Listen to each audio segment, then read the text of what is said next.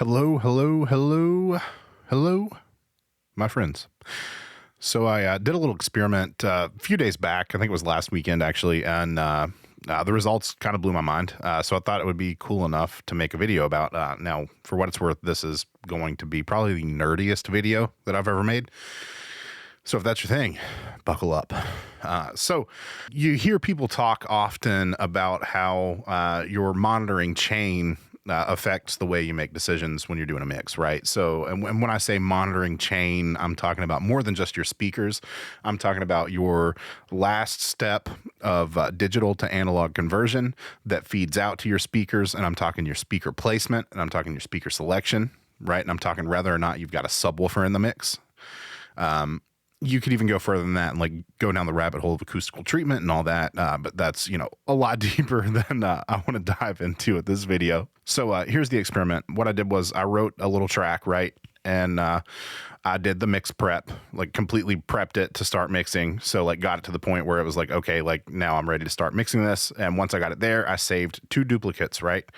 The first duplicate is the Focusrite 18i20 digital to analog conversion into a set of KRK rockets that are in a less than optimal speaker position, right? Cue picture of the monitor setup, right? The second track here, I did a mix through the digital to analog conversion in an RME UCX2. And I sent that out to my JBL sub and my Atom T5Es, right? Which are on speaker stands. The KRKs that I used in the 18i20 for the 18i20 mix, those are just sitting on my desk, whereas the Atoms are on speaker stands back behind my desk. They form an equilateral triangle with my head in the listening position. Like I measured their placement. A lot of effort went into the placement of these speakers just to make sure that I was hearing things the best way. So the results kind of melted my brain a little bit, just how different these turned out, right? I did not spend any longer than an hour on either of these. I did not revise them. What you hear is what I did like in an hour. Real quick, here is a wiring diagram of how I have all this hooked up. So both of these are hooked to my computer, which is all good there. Both interfaces via USB. I have the ADAT optical output going to the optical input on the RME. I have the optical output on the RME going to the optical input on the 18i20. Monitor outs 1 and 2 feed into the speakers respectively.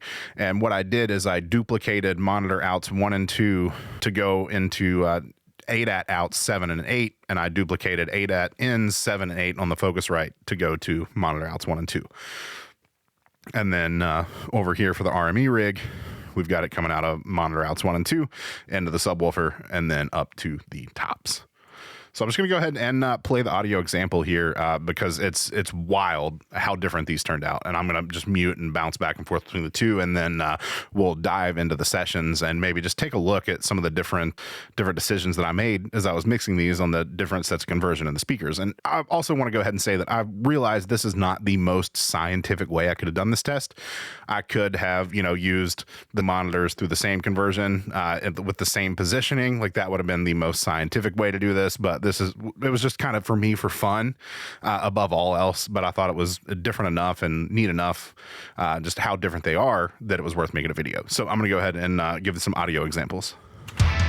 Oh, starting with the 18i20 Rockets mix, which is the red track because, Focusrite shit is red. Then down here, the RME Atoms mix is blue because there's a lot of blue in the RME stuff.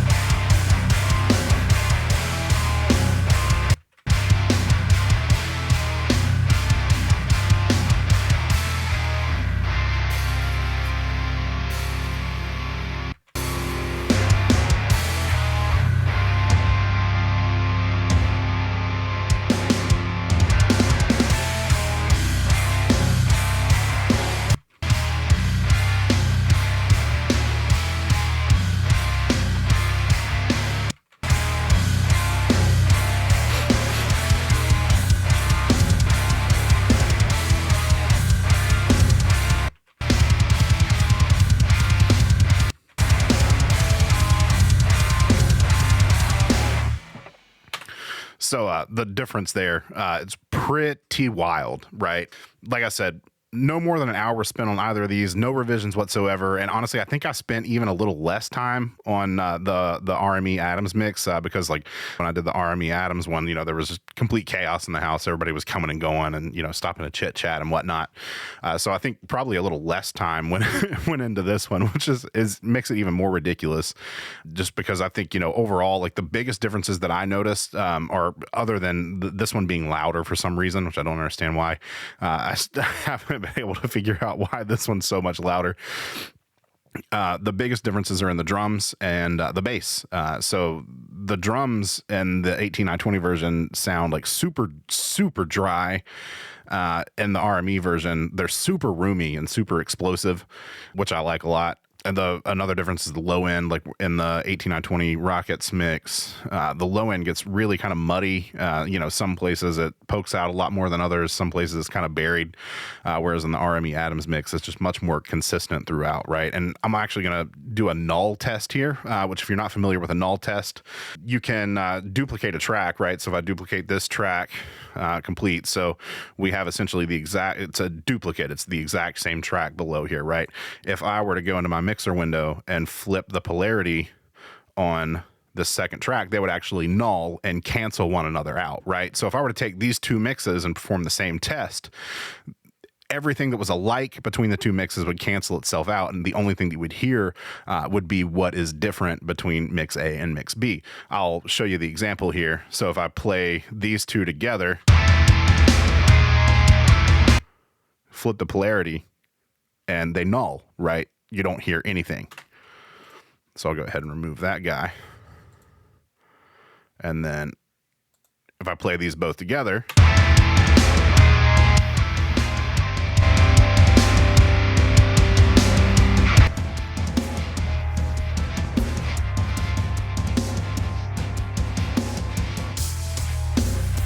yeah, so what we're hearing here with the polarity flipped, these two playing together and the polarity flipped, we are hearing differences in the frequency spectrum between the two mixes, right? Which is why you hear just how explosive the drum room is. You hear some sizzle on the cymbals because another big difference is that the cymbals on the RME mix are way louder.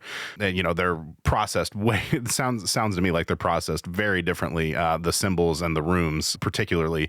And you can hear like a little bit of the bass and some of the upper mids and the top end on the guitar and some of the mids on the bass poking through, and you hear a lot of bass with the polarity flipped and the null test going on.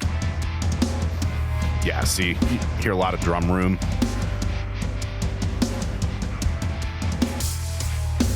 A lot of cymbals, a lot of like sizzle on the cymbals, a little bit of like those frequencies from the guitar tracks, and then some low end stuff on the bass. The low end is much more consistent on this one, which is why I think, because the low end kind of comes and goes. So the points where it's poking out here, it would be, kind of disappearing in the null test.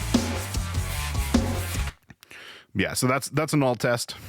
I'll just bounce back and forth a couple more times just so you can, get like that being, now that you've seen that, you can try and get a sense for the differences between the two, even more so.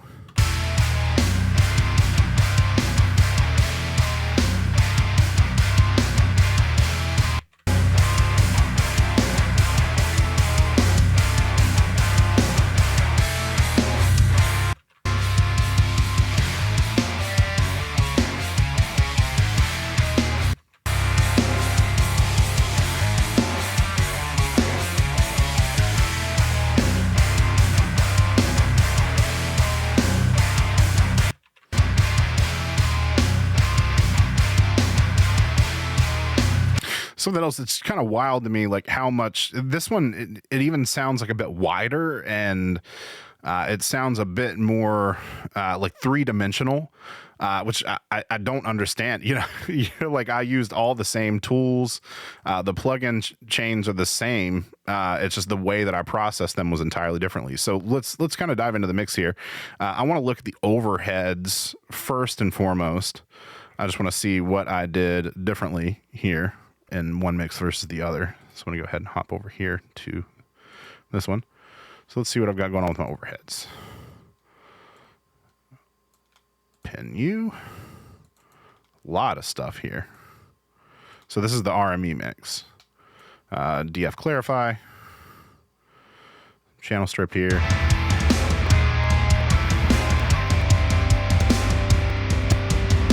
CLA Mix Hub. Pro EQ, which is the stock Studio One EQ. Not a whole lot going on there. Big boost here. Good bit of compression. Oh, not even really extreme compression. 3 to 6 dB on the hard snare heads. DF Clip 2, which this is a clipper, and then a little teeny tiny bit of soothe here at the very end. Versus in the 18920 mix on the overheads.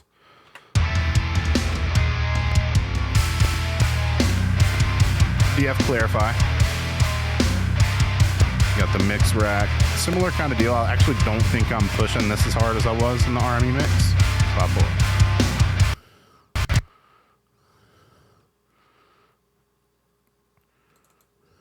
Yeah, see, I've got this murdered in the RME mix.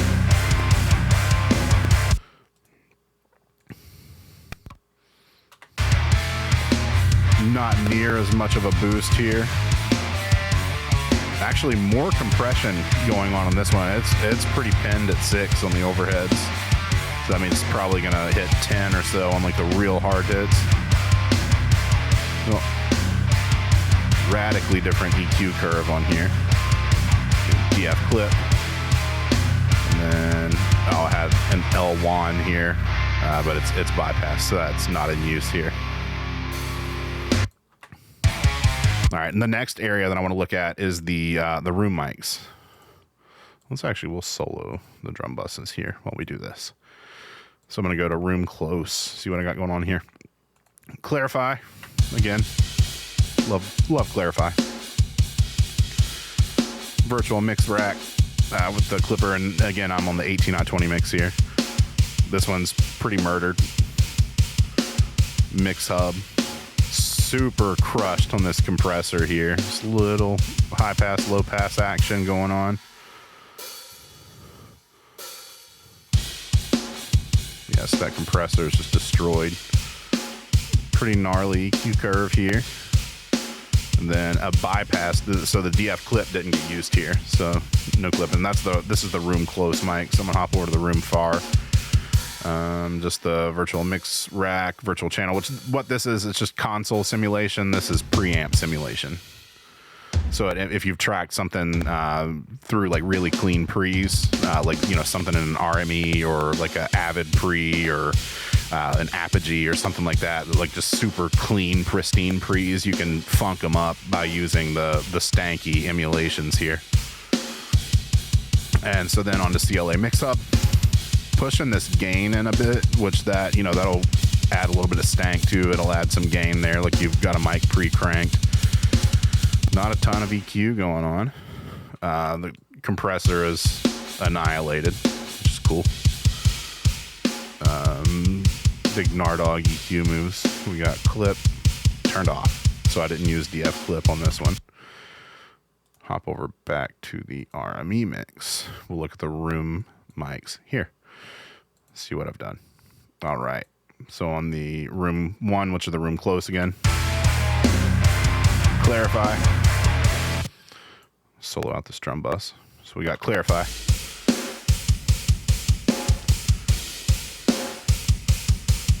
Got this going. These going. This one's I'm pretty conservatively. I've used this pretty conservatively here. This one's kind of pushed. Over to mix hub again, then, you know, push that a little bit. Compressor is slightly less annihilated here. I've actually pulled out a bit of high end, and that an EQ curve here. These look kind of similar. And then what have I got? Bypass instance of clip, so nothing going on, nothing to report there. Then room 2, which are the room fars. See what I got. Mix rack. Got this one pushed. Doing some pretty gnarly compression here. A nice high shelf boost. Honestly, not a ton of EQ going in here. I left a lot of shit in there. Probably, honestly, could have pulled this 500 hertz out a bit, because it is like a little honky. You hear that, like that ping. So if I would have pulled that out a bit, that probably would have served it well. And then here, I did, looks like I pushed an instance of DF clip pretty hard. So let's try kicking that off.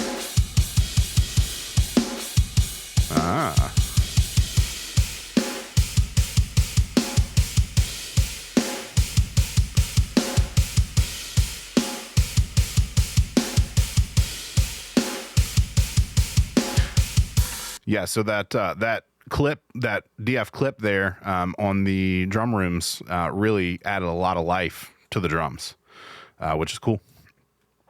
All right, so let's have a look at the bass guitar processing. And we'll go ahead and we'll start here in the RME Adams mix. See what I did here. So Parallax, good old Parallax from Neural DSP. This is my favorite bass amp sim. This is what I use 9 times out of 10 on bass in general anymore. I just like it. It sounds good and it's efficient. Then into Virtual Mix Rack, just the Neve console sim there. Then whoa, some wild EQ curve here on this.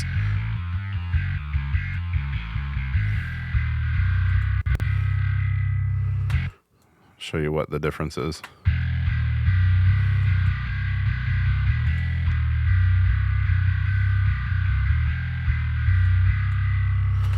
All right, and then I'm gonna hop over to the bus because I do a lot of stuff here at the bus as well. Virtual tape machine. Well, didn't touch that instance of Pro EQ. Nice bus glue bass, Joel Wanasek from JST. Really like this one. Without. With. And then track spacer here, which track spacer, I've got it side chain coming off my kick drum. You can see whenever the kick drum hits, it pulls out a little bit of the sub frequency in the bass just to make a bit of room for it.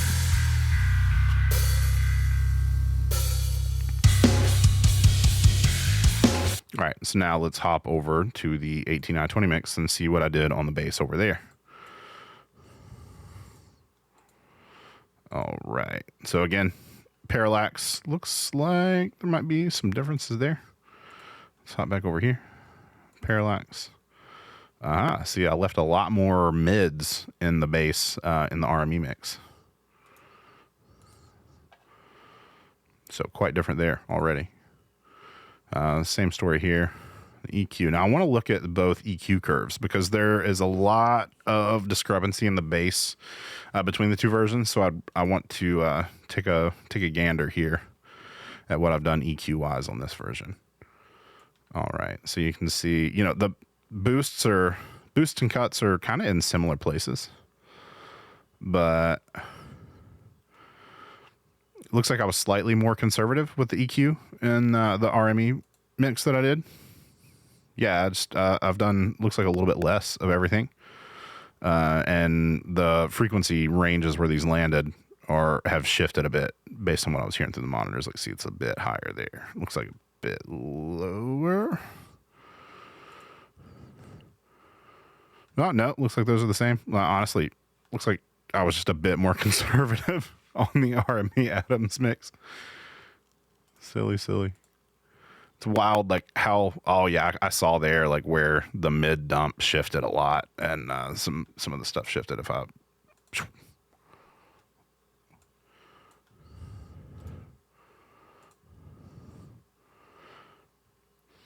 Yeah, so the EQs are actually quite a bit different, more different than I thought they were initially.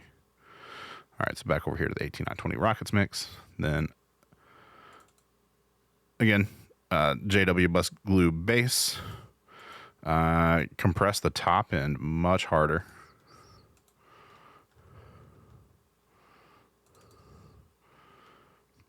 Yeah, so it's more squished in the 18920 Rockets mix.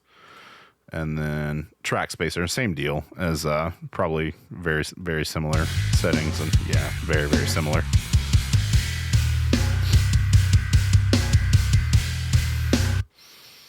All right, and I'm going to hop back over to this one and play just the drums and the bass.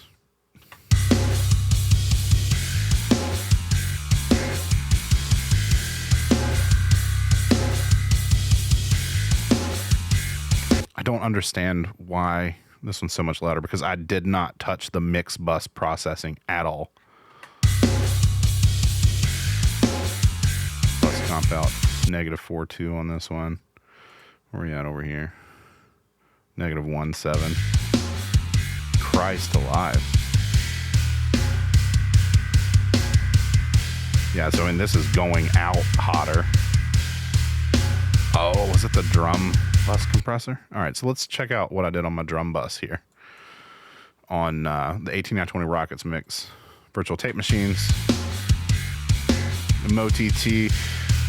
I've been using MoTT a lot more frequently than doing like a separate like parallel compression like effect send or like a parallel compression bus. I've just been popping MoTT on the drum bus and just mixing it at like 14-15%. Then this UAD Neve 1073 EQ, just a little teeny tiny high shelf and low shelf boosty boys, nothing too crazy. And then the distressor.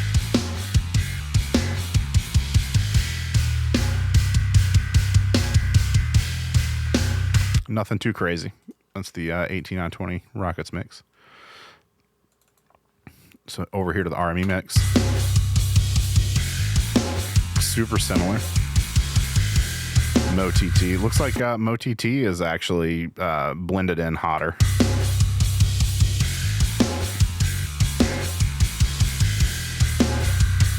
These look almost identical. That's hilarious.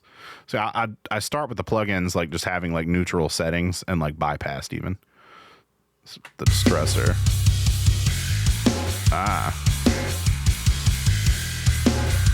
Squeezing down on the distressor a bit harder in the RME Adams mix.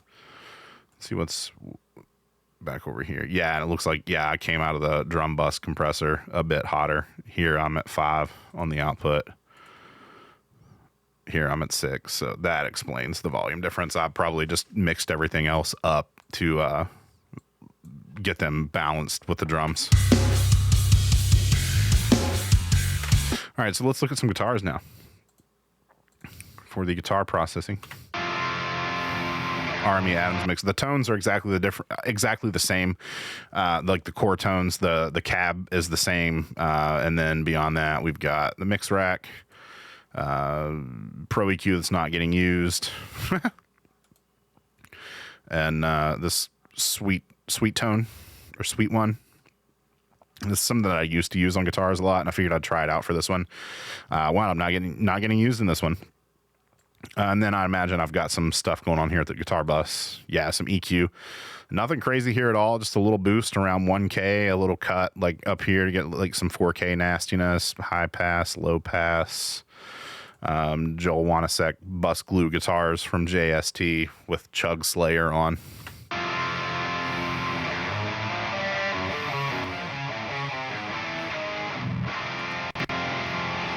Just kind of crushing down on that a little bit. And then I'll turn this Pro EQ on and off.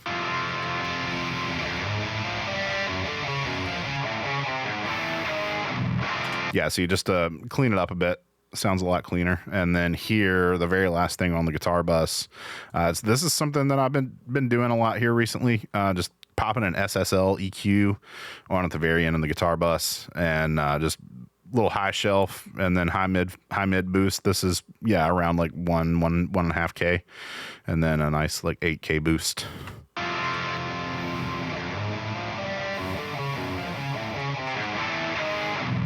It's worth noting that like the compressor here and the EQ here, I do not mix into these. Like I mix into a compressor like over here on the main mix bus. As far as any compression that you see on the rest of these buses, I do not mix into those. I add those as I'm mixing, like bring them in, because I know that like you just, as you're mixing, you develop like certain habits and that kind of thing that you'll just do, certain tools that you use that you just gravitate to because they do the thing that you need. So once I get like the drums and the bass, and I've brought the guitars in and I'm getting the guitars balanced, getting them like working with the bass and the drums, I'll do this little EQ boy here at the very end, like after I've done any. Sometimes I don't compress guitar buses. Sometimes I do. Sometimes I'll like subgroup them if there are more guitar tracks, and I'll compress each set individually. All right, so let's hop over and check out the guitars in the 18920 Rockets mix. So.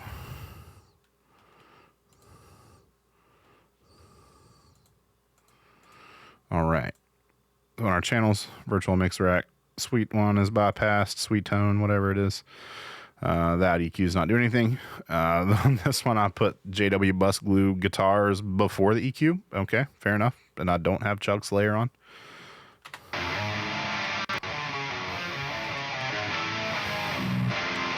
Let's see what I did EQ here. Oh, wow. So a bigger boost, and that cut, honestly, is probably about the same. Or no, it's not. Or is it? Yeah, it looks like that cut came in a little bit lower. The boost is a lot harder.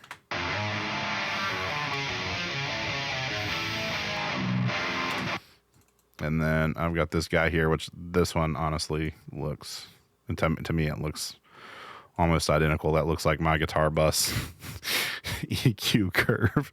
Yeah, there it is. No, it looks like this one's a bit lower. Yeah, same deal with the guitar bus Pro EQ. It looks like that mid boost I did landed a bit lower. So kind of an indicator that I was hearing the mid range like very differently across the two sets of speakers. And you saw the picture earlier of the positioning of the Rockets on my desk. I think a lot of the difference in the high end content, especially on the drums, like remember if we solo our drum bus here versus our drum bus here in the RME mix.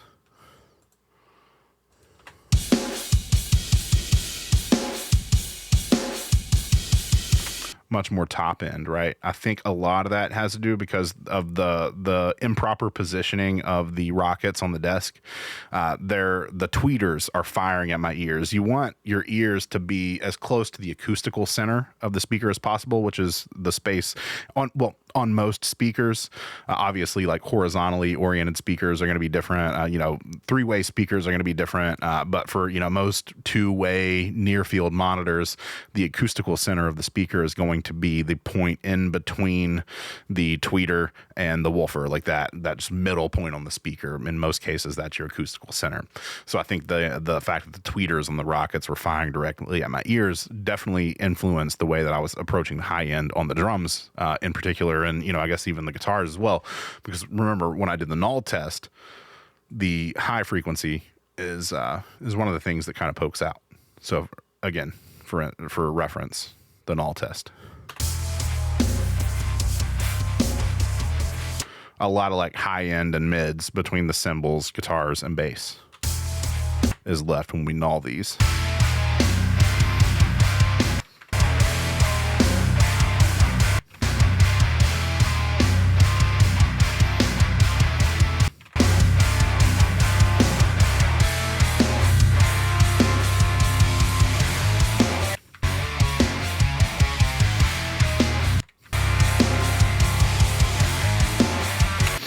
But yeah, so there it is, kind of like a firsthand example of like the way that your entire monitor chain can heavily impact the decisions you make when you're mixing. I'm talking the digital to analog conversion, the speakers, the speaker placement.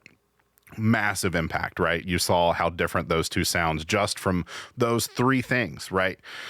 Three things: conversion, monitors, monitor placement, right? So the differences that you get, like especially when you get into like crazy high end conversion, like if you're talking like Lynx, like into like like Barefoots or like ATCs or PMC monitors, you know what I mean? Like it gets unreal. Like the amount of difference that these things make, like the higher you get, bonkers.